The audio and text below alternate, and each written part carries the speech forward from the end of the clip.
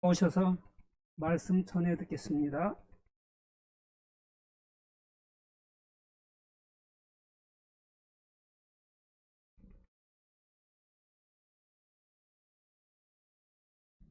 네, 여러분 안녕하십니까? 네, 우리 행복하고 귀하고 복된 안식일입니다. 여러분 우리 저녁 때 이렇게 못 뵙고 아니 평일 화요일에 오늘 또 여러분들을 만나게 돼서 행복하고 기쁩니다. 오늘 계속해서 우리 성소의 구조와 또한 그 기구와 봉사에 대한 면을 우리가 살펴보면서 아름다운 구속의 교훈이 이 성소에 들어있음을 우리 발견하게 되겠습니다. 우리 성소를 보면은 지금 저 파워포인트 나타나는 것처럼 이 성소의 그 규격이 하나님께서 가르쳐 주셨습니다. 근데 성소가 가로는 50규빗, 세로는 100규빗이에요. 그러니까 2대 1입니다. 그런 다음에 그 안에 있는 성소, 성막, 성막은 23, 전체 길이는 30규빗이에요. 그 다음에 가로는 20,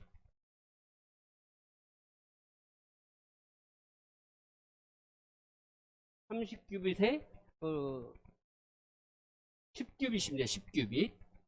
10규빗하고 20규빗이니까 그 반을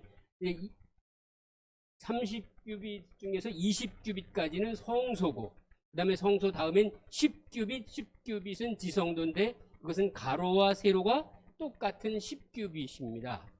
근데 여러분, 성소가 하나님의 보좌가 있는, 지성소가 보좌가 있는 곳인데 가로와 세로가 똑같은 그것은 우리가 요한계시로 가면은 무슨 성이 또 그렇게 생겼습니까? 예루살렘 성이 강과 광과 고가 똑같이 정방형으로.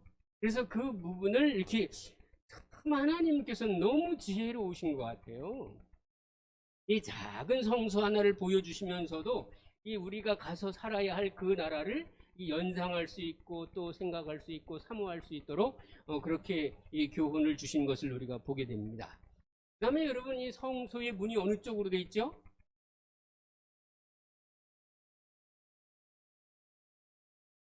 성소의 문이 이방 성소는 그럼 어떻게 돼 있을까요? 어, 원래 그 사람들 이방인의 성소는 서쪽이 문이 있고 동쪽으로 이렇게 본당을 둡니다. 그래서 이 사람들이 어디를 바라보냐면 동쪽을 보게 해서 동쪽을 바라보되 동쪽에서 뭐가 올라오기 때문에 태양이 떠오르기 때문에 태양을 숭배하는 이 성소의 모든 전형들은 서쪽에 문이 있고 동쪽으로 본당이 앉아 있습니다. 그런데 하나님께서는 아마 이 미래에 이 태양 숭배에 대한 것이 이렇게 더 많이 확산될까봐 동쪽으로 문을 내시고 우리 본당이 서쪽으로 이렇게 위치해 있도록 지으셨습니다. 근데 이 지붕은 이렇게 네 장의 그 이렇게 휘장이라고 할까요? 그 이렇게 덮개로다가 되어 있는데 제일 겉에는 무슨 덮개죠?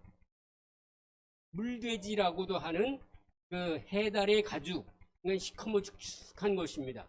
근데 둘째 장에는 또 무슨 그러니까 양의 수양 가죽으로다가 또 그 안에 가죽을 그 다음에 세 번째는 무슨 또 뭐로다가 이 덮개를 만들었냐면 양의 털, 하얀 양의 털로.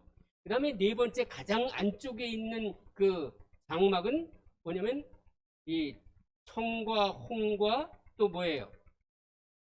자색실로 이게 배실과 함께 싸가지고 아주 휘황찬란하게 이렇게 아름답게 이렇게. 그래서 겉은 아주 볼품이 없는데 그 성막 내부로 들어가면 아주 금실같이 이렇게 아주 그 청색, 자색실, 홍색실, 그 다음에 배실과 함께 갖고 아름답게 그 성막을 꾸민 것을 볼 수 있는데, 이것은 뭔가 하면 그리스도인의 삶은 겉으로 보기에 화려하지 아니하지만 내적으로 들어가면 정말로 아름다움이 가득 차 있는 그 모습의 그리스도인들을 표현하고 있습니다. 여러분, 우리 이 세상에 가장 아름다운 아름다움의 최고의 아름다움의 표현을 하나님께서 이 잠언 31장에 쓰셨는데 뭐라고 그랬습니까? 고운 것도 아름다운 것도 헛되고 그러나 여호와를 경외하는 여성은 칭찬을 받으리라. 그러니까 거기에 무슨 비교를 썼냐면 고운 것도 거짓되고 아름다운 것도 헛되지만 내면이 가장 아름다운 존재, 그 곱고 아름다운 것보다 더 이상 아름다운 것이 있는데 여호와를 경외하는 자의 심령 마음이라. 이 왜 여러분 하나님을 경외하는 자들의 마음이 왜 아름다울까요? 우리 집사님.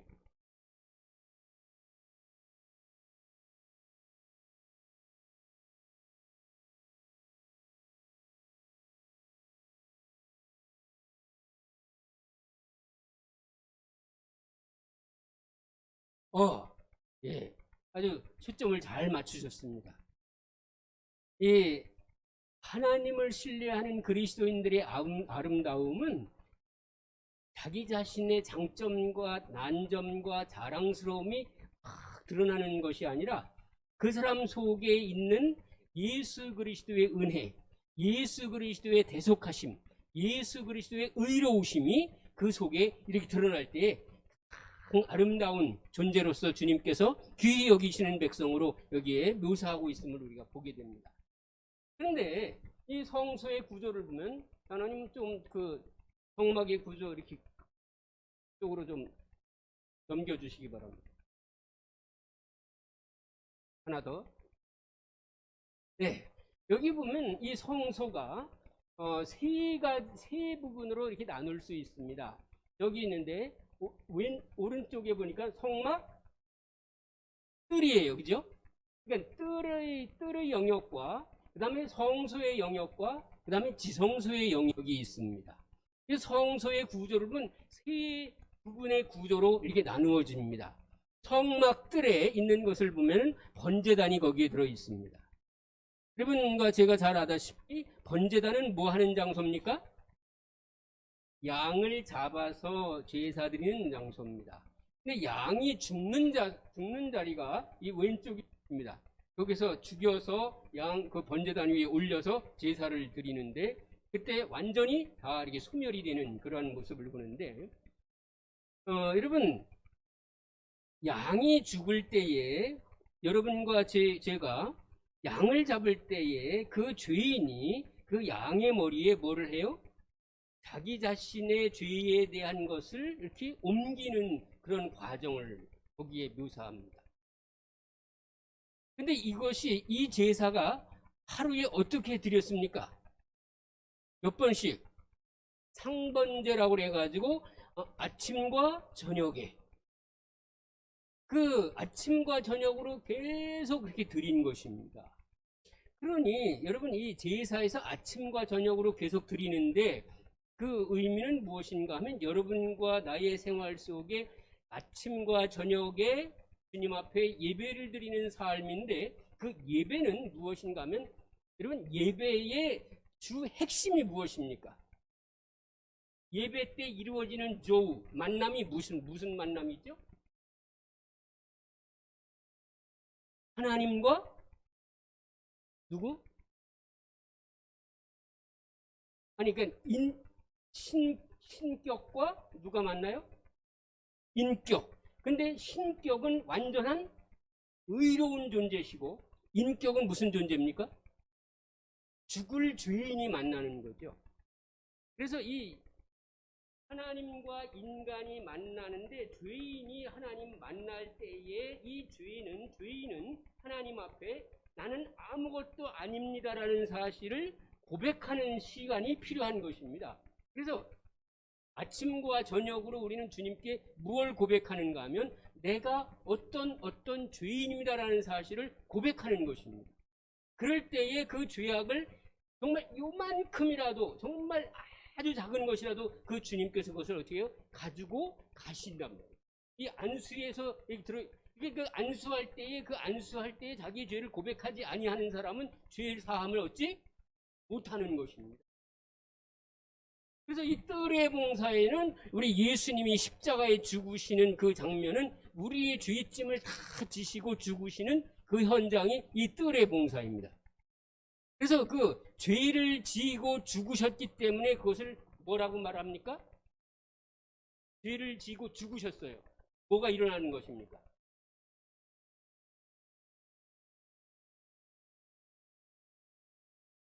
예. 아직은 속죄가 아니고 뭐예요? 예수님이 죽으셨어요. 그러니까 그게 뭐죠? 희생이에요, 희생. 그래서 이 뜰의 봉사는 희생봉사입니다.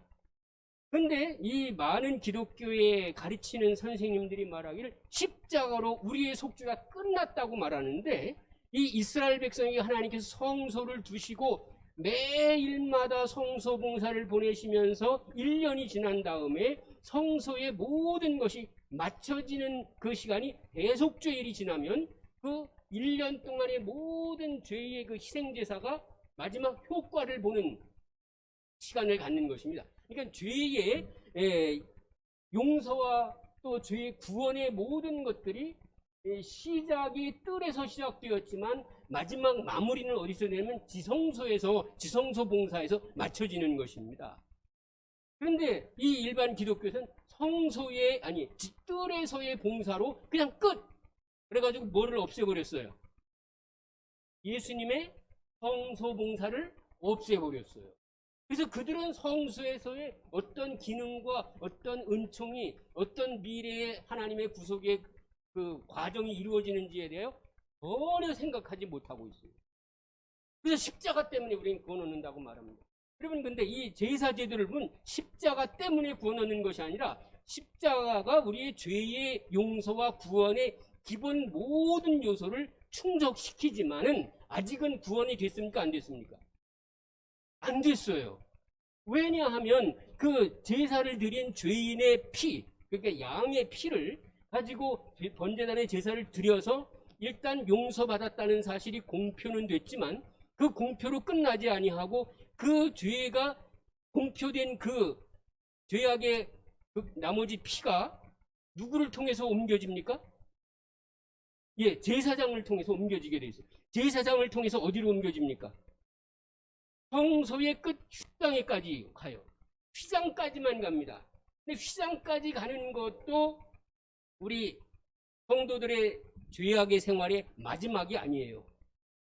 그 마지막 과정은 어디까지 갑니까? 지성소까지 갈 때 일어나는데, 그래서 이 성막들의 봉사는 여러분 잘 기억하시면 좋습니다. 희생봉사라고 말하는 거죠. 그런데 여러분 요한복음 16장 7절로 11절 한번 읽어보실까요? 다 같이 읽어보세요. 여러분 이 말씀을 여러분이 잘 기억하시면 좋겠어요. 16장 7절로 11절 요한복음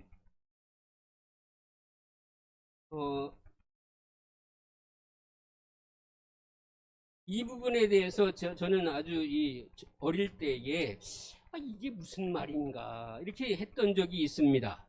우리 읽어봅시다. 우리 7절부터 그러나 시작. 그러나 내가 너희에게 실상을 말하노니 내가 떠나는 것이 너희에게 유익이라. 내가 떠나가지 아니하면 보혜사가 너희에게로 오시지 아니하실 것이요 가면 내가 그를 너희에게로 보내리니 그가 와서 죄에 대하여 의에 대하여 심판에 대하여 세상을 책망하시리라. 죄에 대하여라 함은 그들이 나를 믿지 아니하며 의에 대하여라 함은 내가 아버지께로 가니 너희가 다시 나를 보지 못하며 그 다음에 심판에 대하여라 함은 임금이 심판을 받았음이라. 네, 여기 보니까 주님이 내가 너희를 떠나는 것이 너희에게 뭐하다 그랬어요? 근데 여러분 뭐가 유익합니까? 우리 장로님, 제가 이 설교를 한 2번 정도 했어요. 제가 와가지고. 아니 예수님이 그 제자들 떠는 게 왜 유익이죠?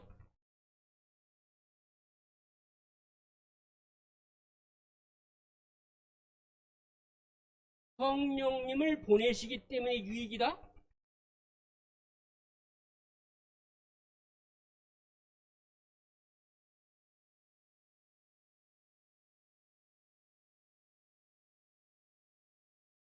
네. 그럼 보지 않는 게 더 좋단 말이에요? 아, 보지 못한다 그랬어요. 못하는 것이 뭐라 그랬어요? 거기 이게 유익이라. 아니, 나를 보지 못하는 것이 유익이라? 아니, 그게, 아니, 보면 좋은데 왜 보지 못하는 게 유익이란 말이에요? 이관성 입수사님 기억납니까? 제가 이 보지 못하는 것이 왜 유익이라고 하는지. 분명히 안 보이는 게 유익한 면이 있단 말이에요. 그걸 지금 주님이 가르쳐 주시려고 하는 거죠. 네. 하셔야 9번을 95점 대답해 주셨어요. 자, 이제 기억나시는 분이 계실 것 같은데.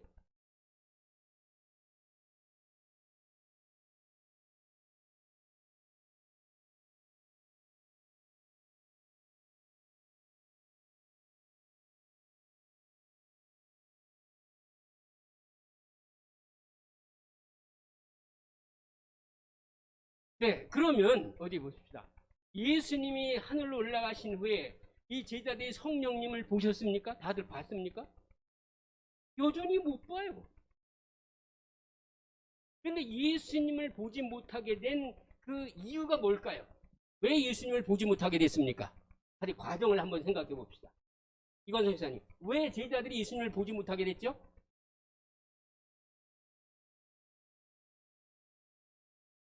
이 집사님 생각해 보세요. 왜 예수님을 못 보게 됐습니까?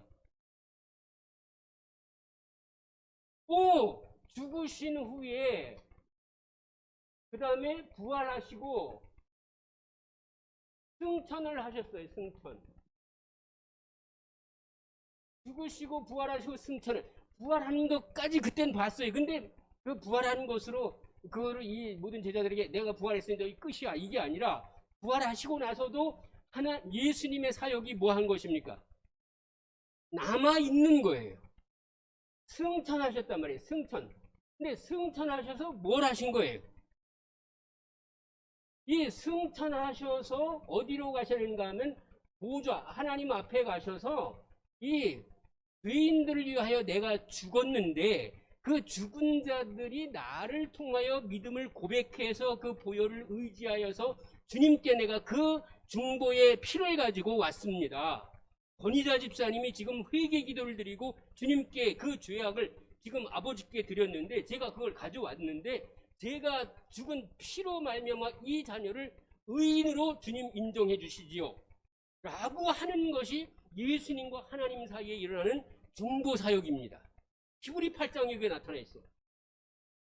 그래서 예수님을 보지 못하는 것이 유익이라는 이야기는 승천하셔서 하나님과 함께 우리를 위하여 의인으로 완전히 선언하시기 위한 그 과정을 남겨놓고 계시기 때문에 주님이 계속 승천하지 아니고 부활하고 계속 있다면 어떻게 된 거예요? 지금까지 이스라엘 백성들에게 계속 보여준 이 성소 문제의 이 모든 이 과정이 어떻게 된 거예요? 여기서 끝난 거예요. 그런데 이 과정이 점점 가갖고선 어떻게 해요? 떡상과 분향단과 그 다음에 일곱 촛대 그 다음에 그래서 여기로 가가지고 이렇게 가서 이 죄악이 여기서 갔다가 다시 어떻게 해요? 여러분 나옵니다. 1년 360을 계속 제사를 해서 피를 계속 갖다 뿌려요. 1년 동안. 언제까지? 그렇죠. 대속죄일까지. 그래서 대속죄일까지 다 뿌리고 대속죄일이 다 되고 나서 그 제사가 마쳐지면 다시 대속죄일을 위한 또 양 잡는 것과 그 다음에 또 염소를 선택해서 그 일을 최고 마지막에 하는 것이 양을 잡아서 다시 어떻게 해요? 그 피를 다른 데 안 쓰고 성소까지 가지고 들어가요. 그 피는 다른 데다 안 씁니다. 그렇죠. 지성소까지 마지막 대표적인 그 피를 가지고 들어가서 거기서 하나님께 그걸 드린 후에 그 다음에 그 피를 가지고 나와서 분향단에도 바르고 여기 기구 성소 기구마다 다 발라요. 여기 본 제단까지 제단의 뿔까지 와서 다 발라요. 여러분 여기서 이 이루어지는 모든 속죄는 여러분과 나의 개인적인 죄인을 전부 다 용서하시는 과정으로 이루어집니다. 그런데 대속죄일에 또다시 이 모든 성소기구를 정결케 하는 그 제사가 있는데 마지막 그 제사를 지낸다면은 이제 지금까지는 여기서 가지고 들어가면서 다 이렇게 했는데 이번에는 이 안에서 가지고 나오면서 이 모든 것을 정결하게 하는 일을 한단 말이죠. 그것을 마친 다음에 정결하게 됐어요. 정결하게 돼서 죄에 대하여 완전히 판정을 내리려고 하는데 이제 뭐가 필요한 겁니까? 지금 16장에 보니까 뭐예요? 마지막에 누구를 뭐 했습니다 그랬어요?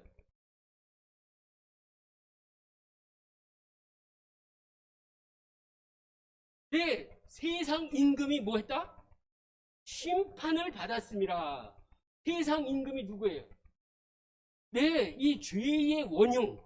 지금까지 모든 사람들의 죄를 고백하고 다 해서 그것을 이 임시적으로 예수님께 다 옮겨놨어요. 그런데 예수님이 돌아가야 할 이유가 있는 거예요, 없는 거예요? 원래는 없는 거예요. 그런데 예수님이 다 집어 쓰신 다음에 온 만국에 사단의 모든 속성과 드러난 다음에는 온 우주의 거민들이 뭐라고 하겠습니까? 예수님, 당신께서 그 죄악을 지시고 돌아가신 것은 너무나도 큰 사랑이요 희생이지만 죄값은 어디로 또 가야 된다는 거예요. 죄는 죄의 원흉인 사단에게 돌아가야 합니다라는 그 판정을 하나님이 내리시기도 하지만 온 우주 거민이 정말 왜 이 우주가 이렇게 평화스럽지 않고 이렇게 악랄하고 이렇게 어두웠었고 캄캄하고 이렇게 혼란이 있었는가? 이 마귀 때문이라는 사실을 알게 돼요. 그래서 마귀 때문이라는 사실을 알겠어? 이 어린 양 제사를 지내고 나온 다음에 이 아사셀 양을 어떻게 합니까? 그 마지막으로 이제 모든 죄악의 그 모든 것을 그때 온 우주의 모든 죄인들의 죄가 이 아사셀 염소에게 안수가 된 다음에 그걸 어떻게 해요?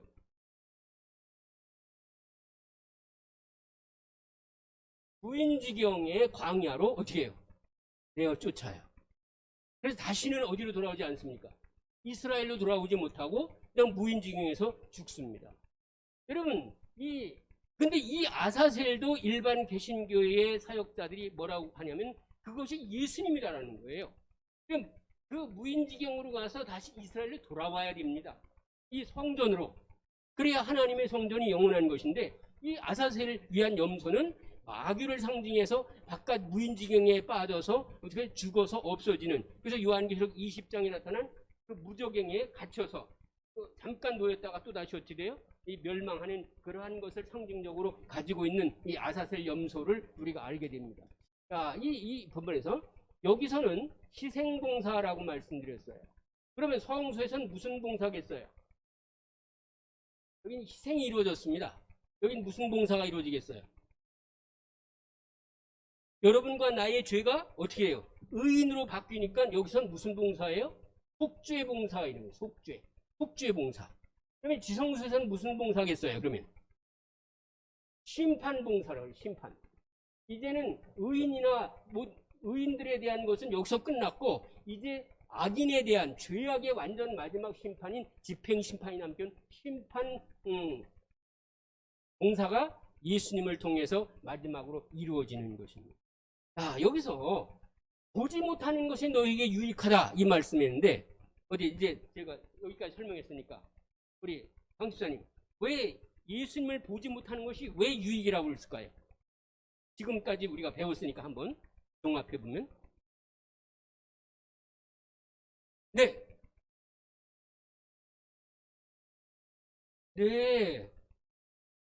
여러분, 이 제사장이 여기서 제사를 드리고 계속 여기서 왔다 갔다 하면 여기서 와서 이 안수 기도 드리고 양을 드린 이 주인의 죄가 어떻게 되는 겁니까? 속죄 과정으로 가지 않는 겁니다. 그래서 이 제사장이 여기에 있으면 계속 보이면 어떻게 되는 거예요? 안 되는 거예요. 어디로 들어가셔야 돼요? 성소로 들어가야 되는 거예요. 근데 이 성소가, 이 지상 성소는 무엇을 상징하고 있어요? 하늘 성소의 모형이었기 때문에 실제로 이 땅에서는 이제 들어갔다 나왔다 했지만 실제로 성소이신 어디 하늘 보냐, 하늘 성소로 예수님이 들어가시기 때문에 너희들이 나를 보지 못하게 될 것이다. 그러니 이 땅에서 일어난 이 성소 사역의 원형이신 예수님이 직접 그 어디예요? 하늘 성소에 들어가셔서 하나님 아버지와 함께 뭐 하시는 것입니까? 대면하셔서 죄인들을 의인으로 이렇게 부르신. 그래서 첫 번에는 뭐에 대하여? 죄에 대하여. 두 번째는 뭐에 대하여?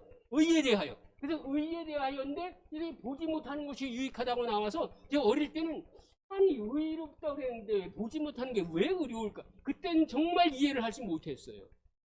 그래서 성경도 야 이건 우리 이해 못하는 것도 있네. 근데 성소를 연구하면서 보니까 요것과 이 예수님이 하신 사역과 딱 맞아 떨어지는 거예요.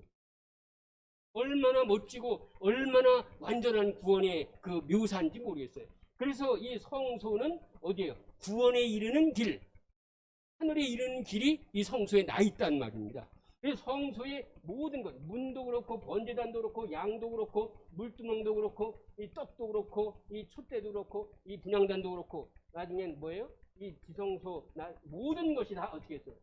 이 장막도 그렇고 이 덮은 덮개도 그렇고 다 누구를 상징한다 그랬어요? 예수님이라고 그랬어요. 그래서 이 성소를 바라보면 우리는 저절로 누구를 바라볼 수밖에 없어요? 예수님을 계속 바라보게 되는 것입니다. 그런데 이 일반 개신교의 어떤 교회에서는 성소는 옛날 거이니 별로 중요하지 않다고 하는 것입니다. 그걸 없애야 어디로 가는 성소를 막습니까? 중보하는 사역이 일어나는 하늘 성소를 막기 때문에 사단은 이 성소를 어떻게 해요? 없애는 것입니다. 그냥 없애는 것이 아니라 이 성막 때도 파괴시켰지만 솔로몬의 성전 집 지었을 때도 파괴시켰어요. 이거 외형적으로 파괴시키기만 끝난 것이 아니라 이 실제적인 성수의 기능을 없이 해버리는 일들이 어떻게 해요? 한때와 두때와 반때 동안 이 하나님의 법을 깨어버리고 움직인 그 역사가 이 세상 역사의 사단이 지배하는, 그래서 아까 말한 세상 임금이 되어서 그가 좌지우지했던 그 모든 것들이 백일하에 다 드러나는 것이 이 성소를 연구할 때 우리가 알 수 있다는 사실을 여기 성경은 우리에게 보여주고 있는 것입니다. 그러면 이 죄에 대하여라 함은, 여러분 죄에 대하여라 함은 예수님이 우리를 위해서 죽으셨다는 사실을 믿지 아니하는 게 죄라고 그랬어요. 여러분 죄에 대하여라 함은 오늘 다른 사람을 속였고 오늘 다른 사람에게 아프게 했고 이것도 죄임에 틀림이 없지만 그 예수님이 나의 죄악을 가져가셨고 용서하셨다는 사람을 믿는 사람은 다른 사람을 아프게 안 해요. 믿지 아니하는 사람은 어떻게 해요? 나의 의의를 드러내기 위해서 계속 너는 잘못했고 나는 잘했어 라는 사실을 자꾸 말한다고 말입니다. 그래서 죄에 대하여라 함은 저희가 나를 믿지 아니하는 것이요, 의에 대하여라 함은 내가 아버지께로 간다고 하는 것입니다. 그래서 가서 여러분과 저를 의로운 의인으로서, 그래서 이 과정 속에 여기에서 뭐가 일어나요? 이 과정에 조사 심판의 모든 일들이 일어나는데, 조사 심판은 무엇을 보는 거라고 그랬습니까? 우리의 마음에 예수님의 보혈의 피가 진실로 있는지 거짓으로 고백하는지 그걸 보는 거라고 했어요. 참된 믿음인지 거짓된 믿음인지를 이렇게, 그걸 성경에서는 검사하는 걸 시금석이라고 그런 표현을 썼습니다. 그래서 그 시금석이 어디까지 연결됩니까? 안식일로 연결됩니다. 오늘 우리 시편 119편을 제가 말씀을 올렸는데요. 이 하나님의 주의 율법을 주야로 묵상하고 주 율법을 내 마음에 두었더니 내가 어떻게 해요? 이 죄악을 이겼다고 하는 표현을 이 시편 기자가 씁니다. 하나님의 법이 내 속에 들어와 있으면 우리는 이 땅에서 누구든지 사랑할 수 있고 누구든지 그들을 주님께로 인도할 수 있는 그러한 능력을 받게 된다는 사실을 여기 말하고 있다는 말씀이에요. 그래서 이 죄에 대하여라 함은이라는 말은 믿음이 예수님을 아예 믿지 않는 자들에 대한 이야기를 하신 것이고, 의에 대하여 하면 이미 성도들이 의롭게 되는 과정에 대하여 예수님께서 하늘 성소에 들어가셔서 여러분과 저를 위하여 중보하실 뿐 아니라 여기 의에 대하여 하면 내가 아버지께로 가니라고 이렇게 표현하시는 것이에요. 그래서 하늘 대제사장으로서 우리를 위하여 중보하시는 그러한 주님이심을 말씀하셨는데, 어디 히브리서 8장 4절 읽어봅시다. 거기에 그렇게 표현되셨나? 히브리서 8장 4절.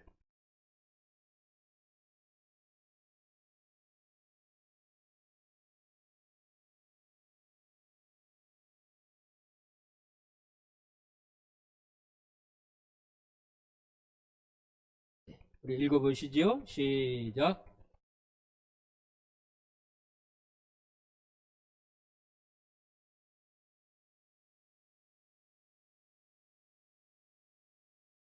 네, 여기 정확하게 나왔지 않습니까? 예수님이 이 땅에 계셨더라면 뭐가 되지 못했다? 제사장이 되지 못했다. 즉 우리를 위하여 제사장이 되셔서 하늘 장막에서 우리 하나님과 함께 이 우리의 의로움을 위하여 중보하셔야 할 분이 되셔야 되는데, 땅에 계셨더라면, 즉 이 땅에서 계속 보이는 하나님이었다면 그 일을 이루지 못했다는 사실을 여기 말씀하고 있단 말입니다. 그래서 이 베드로전서 1장 2절에 보면 아버지 하나님의 미리 하심을 따라 성령의 거룩하게 하심으로 순종함과 예수 그리스도의 핏뿌림을 얻기 위하여 택하심을 입은 자들에게 편지하노니, 이런 표현. 여기 핏뿌림을 얻기 위하여, 이게 뭘까요? 핏뿌림. 우리 김영희 집사님, 핏뿌림이 어디서 이루어지죠? 성소 휘장에.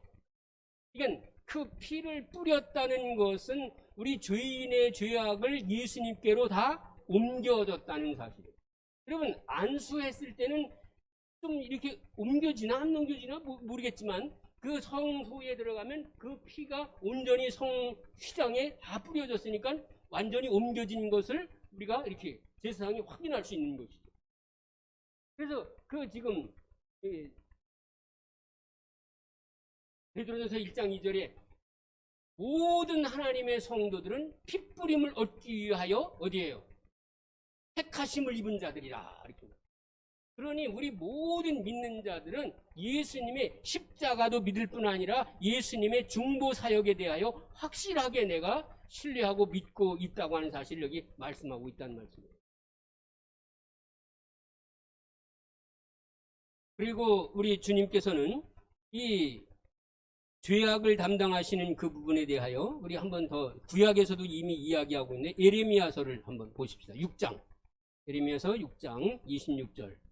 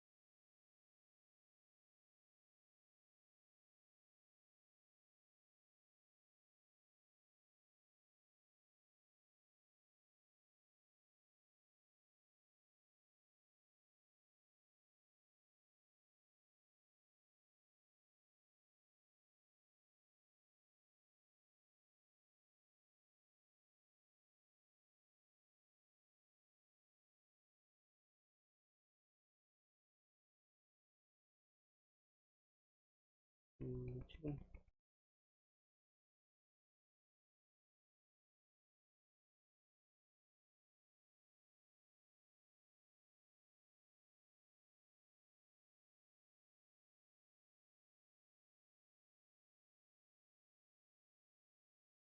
지금 성경절을 제가 잘못 적었네요.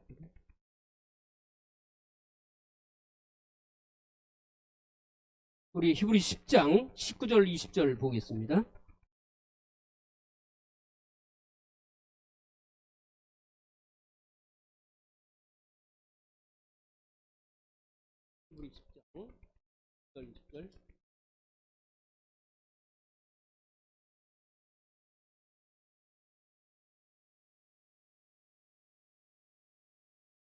50절. 읽어보시죠.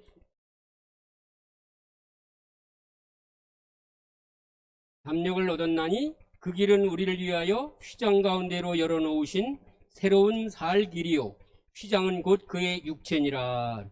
여기 보니까 이 예수님의 피로 말미암아 성소에 들어갈 담력을 얻게 되는데, 이 성소에 우리는 들어갈 수 없는데 중보자이신 대제사장이신 예수님을 통하여 우리가 그 성소에 들어가게 되는데, 즉 우리의 죄를 맡긴 자만이 그 장소에 들어가는 것임을 지금 성경은 우리에게 말씀하고 있는데, 그 길이 여러분과 제가 나가는 것이 아니라 여러분과 저의 삶을 주님께 드렸을 때 주님께서 우리를 그 살 길인 그 길로 우리를 인도하시는 주님이심을 여기에 말씀하고 있습니다. 그 다음에 아까 또 말씀드린 셋째 봉사는 심판 봉사라고 말씀했는데, 세상 임금이 심판을 받았음이라 라고 말씀을 우리 하시고 계시는데, 이 지성소 봉사는 대제사장이 홀로 수행하는 봉사인데, 지금까지 제사장이 쭉 했던 봉사의 어떤 전형을 따르는 것이 아니라 대제사장의 봉사는 그 마지막 그 양의 피를 가지고 지성소 속에 들어가서 그것을 하나님 앞에 드린 후에 가지고 나와서 모든 성소 기구에 피를 발라서 정결케 하는 마지막 그 일을 한다는 말씀입니다. 그러니까는 여러분과 저의 모든 죄악의 완성은 어디서? 지성소에서 완성이 된다는 사실을 우리가 알게 되는 것입니다. 그래서 예수님을 믿는 백성이 처음에는 예수님만 믿기만 하면 되는 것입니다. 그죠? 예, 구원의 영역으로 들어오는 거예요. 그런데 예수님을 믿고 점점 살면서 점점 하나님께 가까이 가는 길을 가만히 성소를 통해서 보니까 뭐예요? 참된 희생을 우리가 우리 마음속에 늘 생각하는 것입니다. 그런 다음에 나를 어떻게 정결케 하는 그 물두멍에서 거듭나는 경험을 이렇게 하게 되는 거예요. 우리는 가끔 여기 들어올 때 거듭나고 들어와야 된다고 말하는데 그렇지 않습니다. 이게 예수님을 믿고 우리가 점점 거듭나는 과정을 다시 더 새롭게 가지는 것입니다. 그래서 저도 제가 이렇게 가만히 보니까 이제 20대, 30대, 40대 이게 여러분 그 성경에 그 의미를 여러분들이 그렇게 생각하면 여러분이 유익할 거라고 생각되는데, 예수님이 십자가에 돌아가시고 얼마 만에 성령께서 이렇게 충만하게 임하십니까? 50일, 그걸 오순절이라고 합니다. 근데 제가 인생 속에서도 2순이 됐고 3순, 4순, 그 다음에 5순, 그 다음에 뭐죠? 6순이 돼요. 그 다음에 지금 여러분들 중에서는 이제 어디가 가까워요? 7순이신 분이 있고 8순이신 분. 근데 이 한 순이 넘어갈 때마다 좀 인생에 뭔가 이렇게 깨닫는 각성이 있는 것을 제가 이렇게 좀 어렴풋이 느끼게 돼요. 어디 집사님 그러십니까? 정말 있더라고요. 그 과거에 그렇게 미워하고 그렇게 싫어하고 했던 모든 사람들이 참 그때는 참 철이 없어서 내가 그걸 그렇게 했구나. 이게 늙으니까 이게 조금 이렇게 깨닫게 되더라고요. 우리 유광봉 집사님도 아주 그런 경험을 좀 많이 하시는 것 같아요. 우리 부부간에도 그런 일이 있지 않습니까? 아이고, 정말 결혼하자마자는 남자 여자 둘이서 뭐 합니까? 무슨 다툼하지요? 우리 집사님, 남녀가 결혼한 다음에 신혼 때부터 무슨 다툼을 합니까? 사랑 다툼이면 좋겠는데 주도권 다툼 계속 하잖아요. 그래서 그 주도권 다툼 하는데 또 누가 동원됩니까? 또 친구들도 동원되고 친정 식구 동원되고, 친정 식구가 그 말하면 또 누가 또 말해요? 시집식구도 또 말해. 넌 이 바보 같은 놈아, 이렇게 하면서 또 욕을 막 하면서 그래 그 여자 하나 못 잡아서 뭐 그런단 말이에요. 이게. 근데 그게 젊을 때는 이게 진짜 올바른 건가 보다. 나중에 살아보니까 그게 다 어떻게 한 거예요? 아무것도 아니야, 아무것도 아니야. 근데 그때는 왜 그것이 중요하다고 생각했는지 모르겠어요. 근데 제가 이 신앙생활도 똑같습니다. 처음엔 내가 업적을 이루고 내가 잘나 보이고 내가 뭔가 이루는 게 있고 나를 칭송하고 나를 이거 받으면 내가 되는 거인 줄 알았는데 세월이 지나면서 보니까 아하, 내가 죄인임을 깨닫는 게 내가 구원의 길에 빨리 가는 것이지, 내가 뭐 했습니다, 내가 이렇게 했습니다, 내가 저렇게 했습니다, 이거 내세우는 사람은 아직도 뭐예요? 문제가 많은 사람이라는 걸 제가 알게 됐어요. 참 오늘도 여러분 앞에 제가 이렇게 설교 말씀을 하고 이 말씀을 증거하지만 참 얼마나 불쌍한 죄인인지 몰라요. 정말 불쌍한 죄인입니다. 하나님의 은혜가 없었더라면 제가 어떻게 여기에 있을까? 여러분, 이것이 이 성소를 들어가는 자마다 느끼고 경험하게 된다는 말씀이에요. 그래서 다윗이 뭐라 그랬어요? 내가 성소에 들어갈 때에야 저희의 결국을 깨달았나니. 네, 지금 우리가 성소를 계속 연구하고 성소의 이 하나님의 구속을 또 연구하고 또 연구할 때에 우리가 우리의 영적인 눈이 확 뜨여서 온 세상 사람들을 정말로 참되게 사랑할 수 있는 능력을 가진 자가 된다는 사실을 이 성소가 우리에게 가르쳐주고 있습니다. 사랑하신 여러분, 정말 우리 주님께서 우리의 죄악을 완전히, 정말 우리 주님은 얼마나 좋으신 분인지 몰라요. 예? 여러분, 정말 솔직히 여러분들 한번 고백해 보세요. 누구 교인이나 목사나 누구 흠을 하나 잡으면 그거 어떻게 말하고 싶어 갖고 어떻게 해요? 아유, 이 말을 언제 하지? 아유, 그 사람을 빨리 만나야 될 텐데. 이러지 않습니까? 근데 우리 예수님은 그 피를 가지시고 성소를 들어갔을 때 들어가기 전에 다른 지상들하고 떠듭니까? 전혀 안 말해요. 오직 누구한테만 가져가십니까? 아버지께만 가져가십니다. 다른 이에게 말하지 않아요. 그래서 우리 이 목회자는 우리 목회윤리 배운 이 사람의 잘못이나 이 사람의 무슨 흠결이나 이 사람의 것을 절대 입으로 발설하지 않는 결심을 하라, 이들 그래요. 근데 그걸 지키려고 꽤 이렇게 하지만은 또 연약한 또 육신의 생각으로 나한테 잘하는 사람에게는 또 다른 사람 또 막 이렇게 이야기하고 그럴 때도 있었습니다. 정말 불쌍한 죄인이죠. 근데 이제 이 예수님의 중보 사역과 이 구속 사역을 깨달은 후에는 누구의 죄든지 내게 들어와서는 그 무덤이 돼야 된단 말이에요. 그래서 더 이상 이야기하지 않고 주님, 저 사람이, 저 형제가, 저 가족이 좀 고통과 어려움 중에 있사오니 능력을 베풀어 주시고 은혜를 주시옵소서. 믿음이 연약하지만 주님께서 도와주시고 힘주셔서 그가 이 어려움을 꼭 이길 수 있도록 인도해 달라고 우리가 기도해야 하는 것입니다. 그것이 예수 그리스도의 중보자이신 대제사장이신 주님이 하시는 그 사역이신데, 여러분과 제가 그 사역을 지금 위임받았단 말입니다. 그래서 베드로는 말하기를 너희는 택하신 족속이요 왕같은 나라요 거룩한 제사장들이요 라고 말했거든요. 그러니 여러분 정말 예수님처럼 제사장들이 되셔서 여러분의 가족과 여러분의 성도들과 여러분의 이웃의 모든 죄악을 오직 아버지께만 아뢰는 그러한 멋진 예수 그리스도의 사역을 이행하시는 거룩한 제사장들이 되시기를 바랍니다. 그래서 성소에서 말하고 있는 우리 주님께서 희생봉사와 속죄봉사와 심판봉사가 이루어지는데 지금 어때요? 희생봉사와 속죄봉사가 다 이루어졌고 이제 마지막 뭐만 남았습니까? 심판봉사만 남았습니다. 정말 시간이 얼마 남지 않았어요. 이제 심판봉사에 그분이 그 피를 가지고 나오시면 이제는 이 세상은 끝인 것입니다. 여러분, 우리의 가족을, 우리의 형제를 정말 주님 앞에 돌이켜 세워야 할 때가 다 됐습니다. 어느 때보다도 그것이 우리에게 더 빨리 다가왔단 말입니다. 뭐라? 지금은 은혜 받을 만한 때요. 무슨 날이로다? 구원의 날이로다 라고 말씀하신 주님의 그 외침이 여러분 가슴 속에 늘 메아리처럼 울려 퍼짐으로 말미암아 주님의 사역을 온전히 이행하시는 주의 거룩한 작은 제사장들, 그러나 온전한 제사장들이 되시기를 주님의 이름으로 축원합니다. 기도하십시다. 아버지, 참 저희들은 주님 앞에 그저 죄인으로 아무 입을 열어서 할 말씀이 없습니다. 그러 주님의 희생의 은혜로 말미암아 이 자리에 있습니다. 감사합니다. 저희들을 주님의 거룩한 의로운 주의 보좌 앞까지 인도해 주셔서 우리의 이름을 하늘 기록책에 기록해 주심을 만만이나 찬송합니다.